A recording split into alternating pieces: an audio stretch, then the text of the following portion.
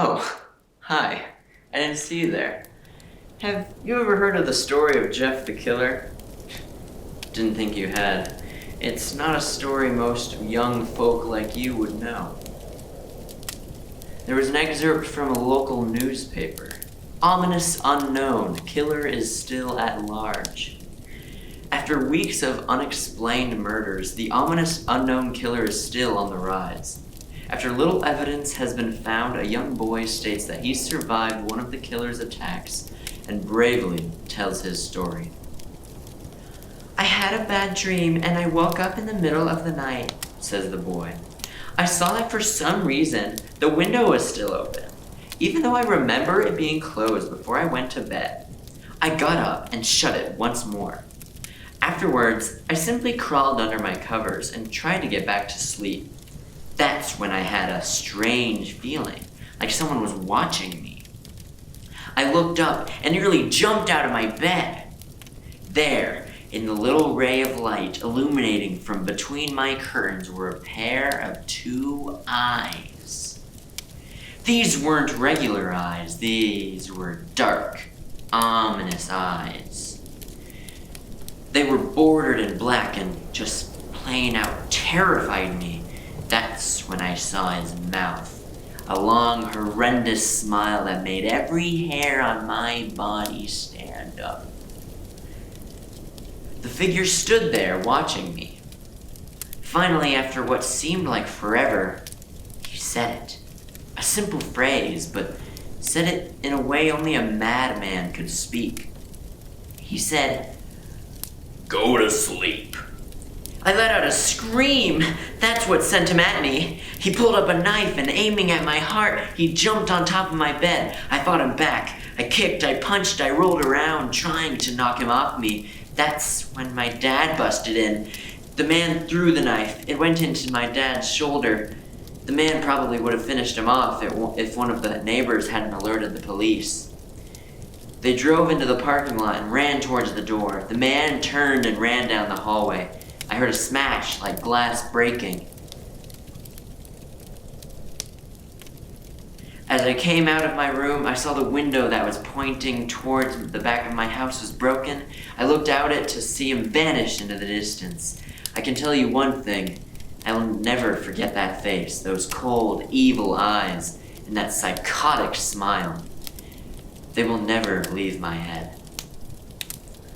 Police are still on the look for this man. If you see anyone that fits the description in this story, please contact your local police department. Jeff and his neighbor had just moved into a new neighborhood. His dad had gotten a promotion at work, and they thought it would be the best to live in one of those fancy neighborhoods.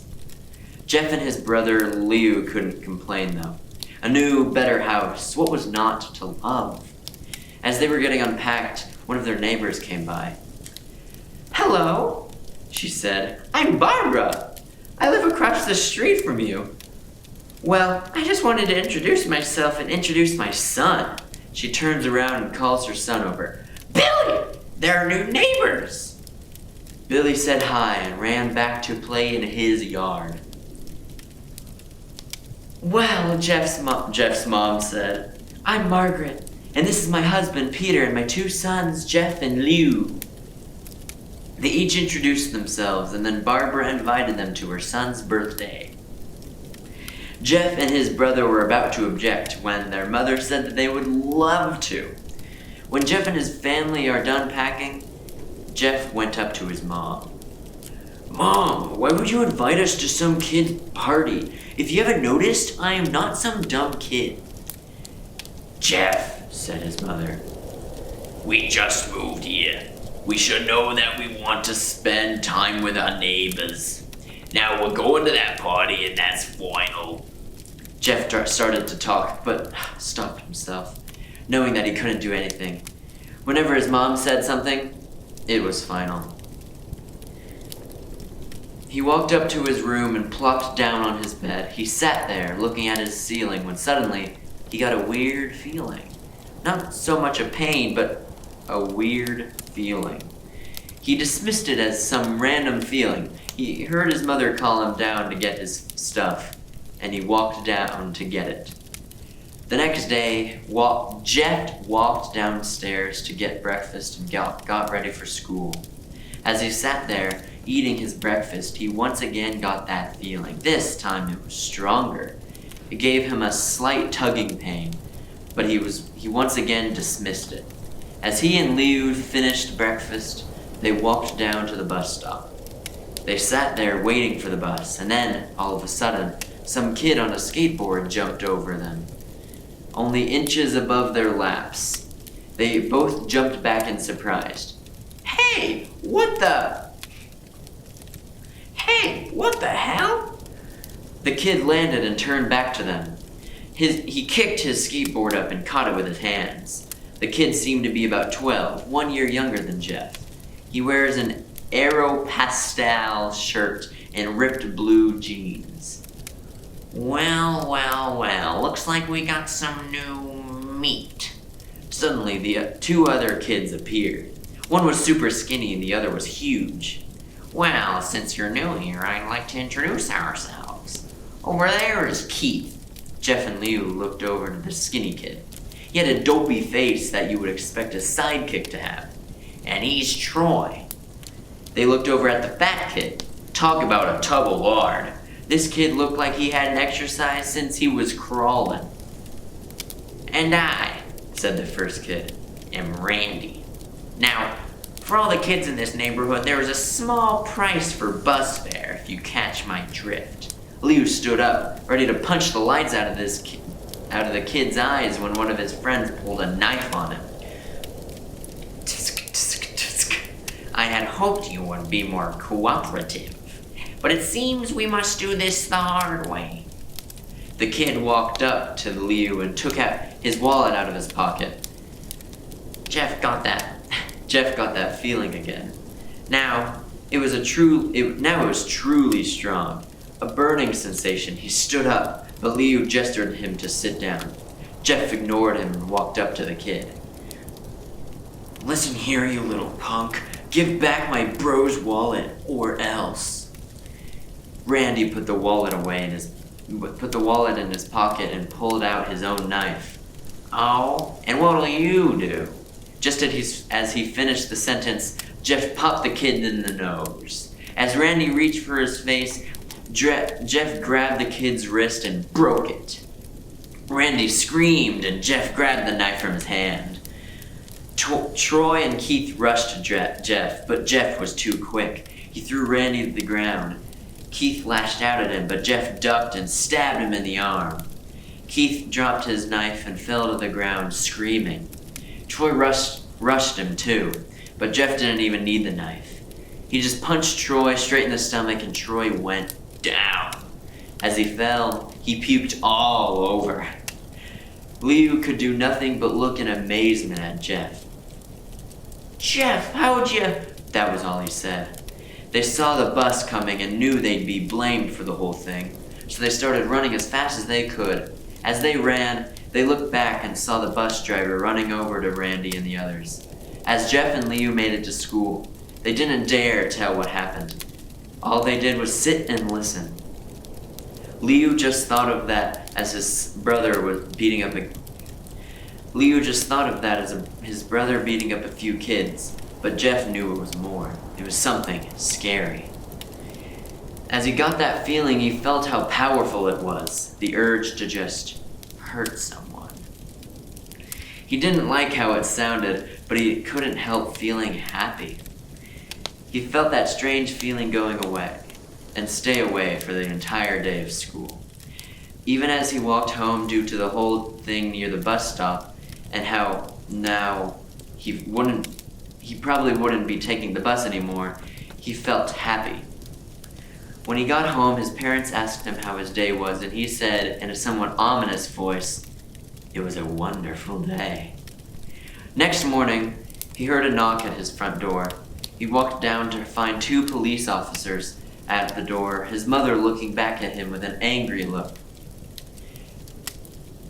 Jeff, these officers tell me that you attacked 3 kids.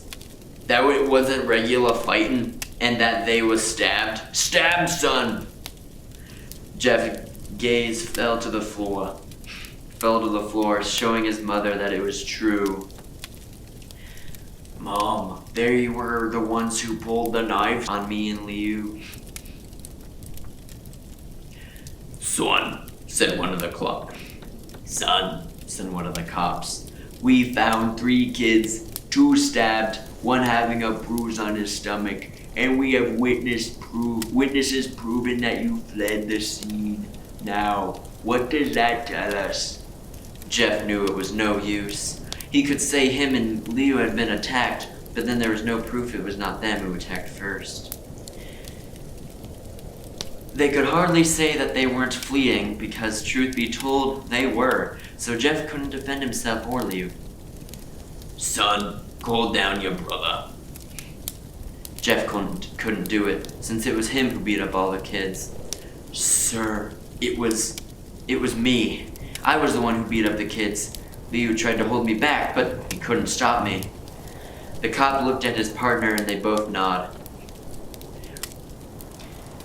Well, kids, looks like a year in juvie. Wait, says Liu. They all looked up to see him holding a knife. The officers pulled their guns and locked them on Liu. It was me. I beat up those little punks. Have the marks to prove it. He lifted up his sleeves to reveal cuts and bruises as if he was in a struggle. Son, just put the knife down, said the officer. Liu held up the knife and dropped it to the ground. He put his hands up and walked over to the cops. No, Liu, it was me. I did it. Jeff had tears running down his face. Huh, poor bro. Trying to take the blame for what I did. Well, take me away. The police led Liu out to the patrol car. Liu, tell them it was me. Tell them. I was the one who beat up those kids. Jeff's mother put her hands on his shoulders. Jeff, please, you don't have to lie. We know it's Liu. You can stop. Jeff watched helplessly as the cop car speeds off with Liu inside. A few minutes later, Jeff's dad pulled into the driveway, seeing Jeff's face and knowing something was wrong. Son, what is it? Jeff couldn't answer. His vocal cords were strained from crying. Instead, Jeff's mother walked his father inside to break the bad news to him as Jeff wept in the driveway. After an hour or so, Jeff walked back into the house, seeing that his parents were both shocked, sad, and disappointed. He couldn't look at them. He couldn't see how they thought of Liu when it was his fault. He just went to sleep, trying to get the whole thing off his mind. 2 days went by with no word for Liu at JDC. No friends to hang out with, nothing but sadness and guilt. That is until Saturday, when Jeff is woke up by his mother with a happy, sunshiny face. Jeff, it's the day, she said as she opened up the curtains and light flooded into his room. What's today? Asked Jeff as he stirred awake. Well, it's Billy's party. He was now fully awake. Mom, you're joking, right? You didn't expect me to go to some kid's party after... There was a long pause. Jeff, we both know what happened. I think this party could be the thing that brightens up the past days. Now, get dressed. Jeff's mother walked out of the room and downstairs to get herself ready. He fought himself to get up. He picked out a random shirt and pair of jeans and walked downstairs. He saw his mother and father all dressed up, his mother in a dress and his father in a suit. He thought, why they would ever wear such fancy clothes to a kid's party.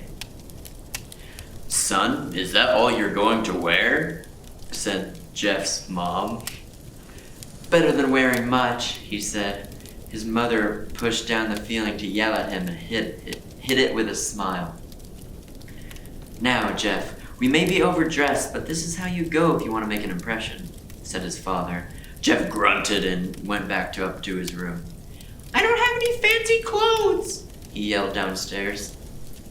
Just pick out something, said his mother. He looked around in his closet for what he would call fancy. He found a pair of black dress pants he had for special occasions and an undershirt. He couldn't find a shirt to go with it. He looked around and found only striped and patterned shirts, none of which go with dress pants. Finally, he found a white hoodie to put on. "You're wearing that?" they both said. His mother looked at her watch. "Oh no, time to change." Oh no. "Oh, no time to change. Let's just go," she said as she herded Jeff and his father out the door. They crossed the street over to Barbara and Billy's house. They knocked on the door, and at it appeared Barbara, just like his parents, way overdressed. As they walked inside, all Jeff could see were adults, no kids. "The kids are out in the yard, Jeff. How about you, go and meet some of them," said Barbara. Jeff walked outside to a yard full of kids. They were running around in weird cowboy costumes and shooting each other with plastic guns. He might as well be standing in a Toys R Us. Suddenly, a kid came up to him and handed him a toy gun and hat. "Hey, wanna play?" he said. "Ah, no, kid. I'm way too old for this stuff." The kid looked at him with that weird puppy dog face. "Please," said the kid. "Fine," said Jeff. He put on the hat and started to pretend shoot at the kids. At first, he thought it was totally ridiculous, but then he actually started to have fun. It might not have been super cool, but it was the first time since he had done something that took his mind off Lou. So he played... Is it Lou? So he played with the kids for a while until he heard a noise. A weird rolling noise. Then it hit him.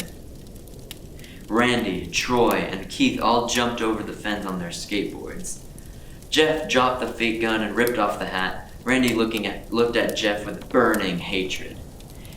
"Hello, Jeff, is it?" he said. "We have some unfinished business." Jeff saw his bruised nose. "I think we're even. I beat the crap out of you, and you get my brother sent to JDC.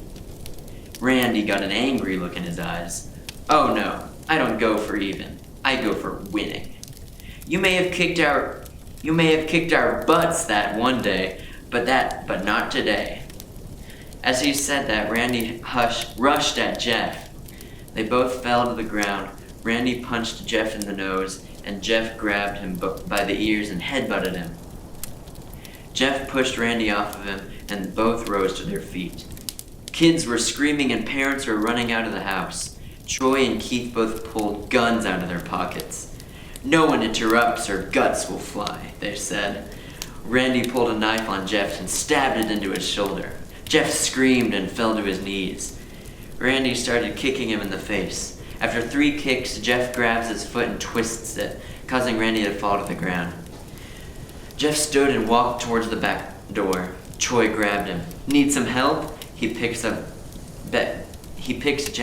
Jeff up by the back of the collar and throws him through the patio door. As Jeff tries to stand, he is kicked to the ground. Randy repeatedly starts kicking Jeff until he starts to cough up blood. "Come on, Jeff, fight me!" He picks Jeff up and throws him into the kitchen. Randy sees a bottle of vodka on the counter and smashes the glass over Jeff's head. "Fight!" He throws Jeff back into the living room. "Come on, Jeff, look at me!" Jeff glances up, his face riddled with blood. "I was the one who got your brother sent to JDC, and now you're just gonna sit here and let him rot there for a whole year? You should be ashamed." Jeff starts to get up. "Oh, finally you stand and fight." Jeff is now to his feet, blood and vodka on his face. Once again he gets that strange feeling, the one in which he hasn't felt for a while. "Finally he's up," says Randy as he runs at Jeff.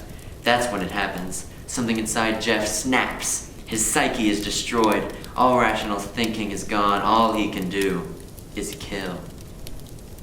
He grabs Randy and pile drives him to the ground. He gets on top of him and punches him straight into the heart.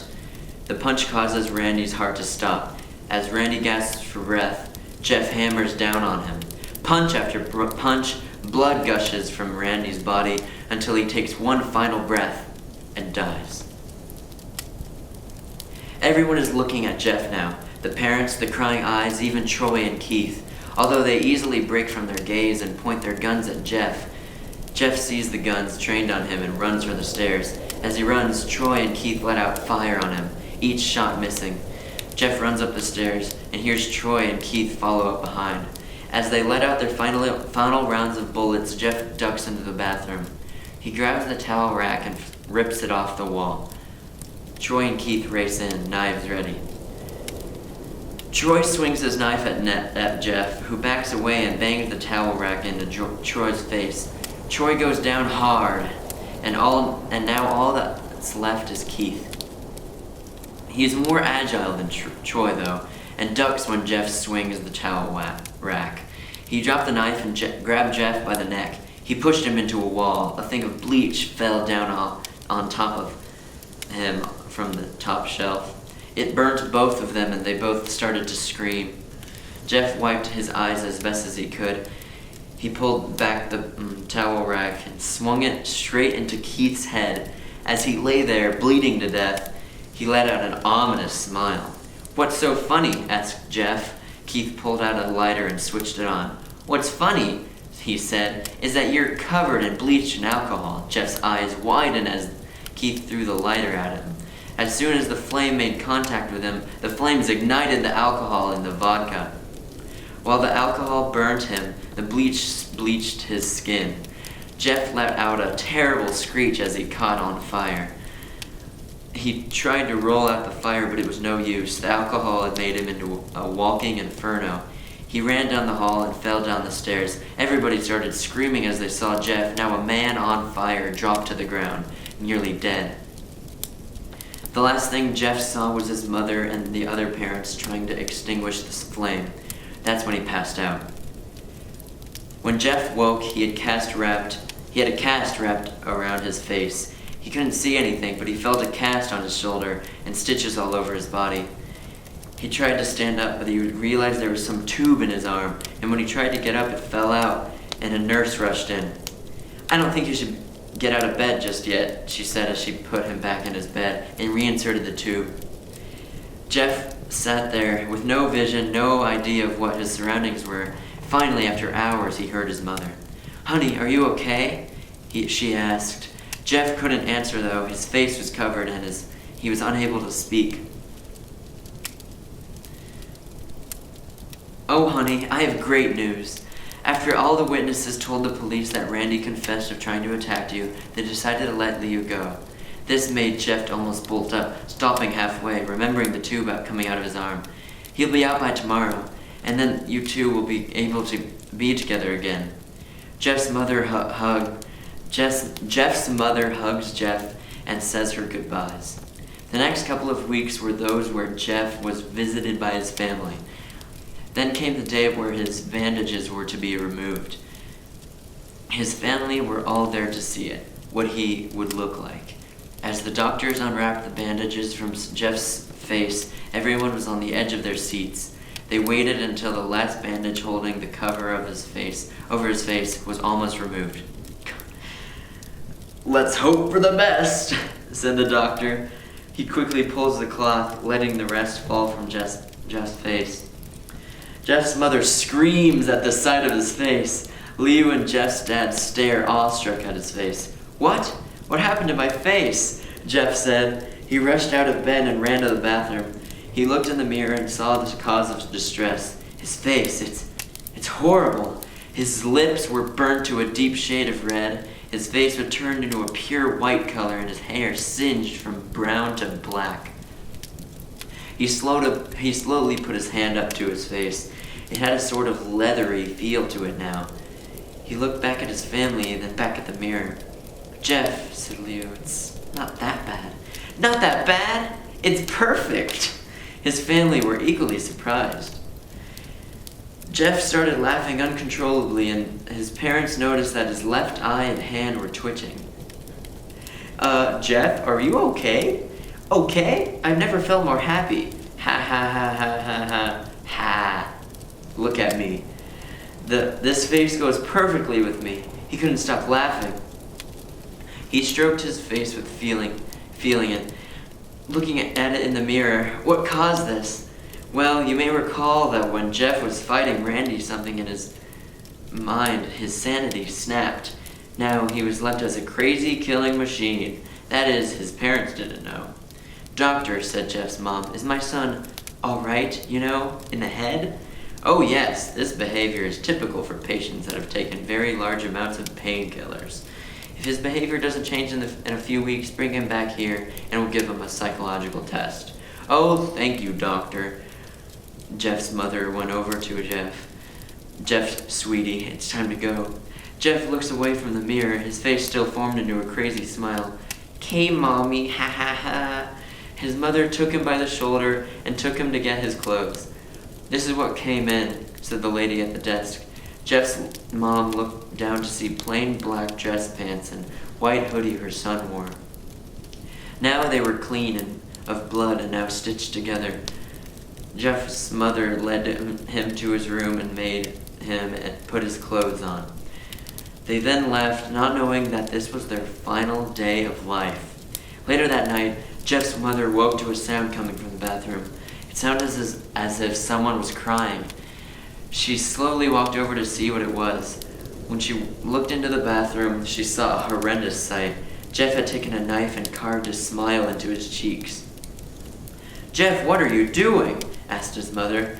Jeff looked over to his mother. "I couldn't keep smiling, Mommy. It hurt after a while. Now, I could smile forever. Jeff's mother noticed his eyes, ringed in black. "Jeff, your eyes!" His eyes were seemingly never closing. "I couldn't see my face. I got tired and my eyes started to close. I burnt out the eyelids so I could forever see myself, my new face." Jeff's mother slowly started to back away, seeing that her son was going insane. "What's wrong, Mommy? Aren't I beautiful?" "Yes, son," she said. "Yes, you are. Let me go get Daddy so he can see your face." He ran into the room and shook Jeff's dad from his sleep. "Honey, get the gun. She stopped as she saw Jeff in the doorway, holding a knife. "Mommy, you lied." That's the last thing they hear as Jeff rushes them with the knife, gutting both of them. His brother Liu woke up, startled by some noise. He didn't hear anything else, so he just shut his eyes and tried to go back to sleep. As he was on the border of slumber, he got the strangest feeling that someone was watching him. He looked up before Jeff's hand covered his mouth. He slowly raised the knife, ready to plunge it into Liu. Liu thrashed here and there, trying to escape Jeff's grip. "Shh," Jeff said. "Just go to sleep." And that's the story of Jeff the Killer. It's pretty crazy, pretty classic creepypasta. But happy Halloween, ha ha ha.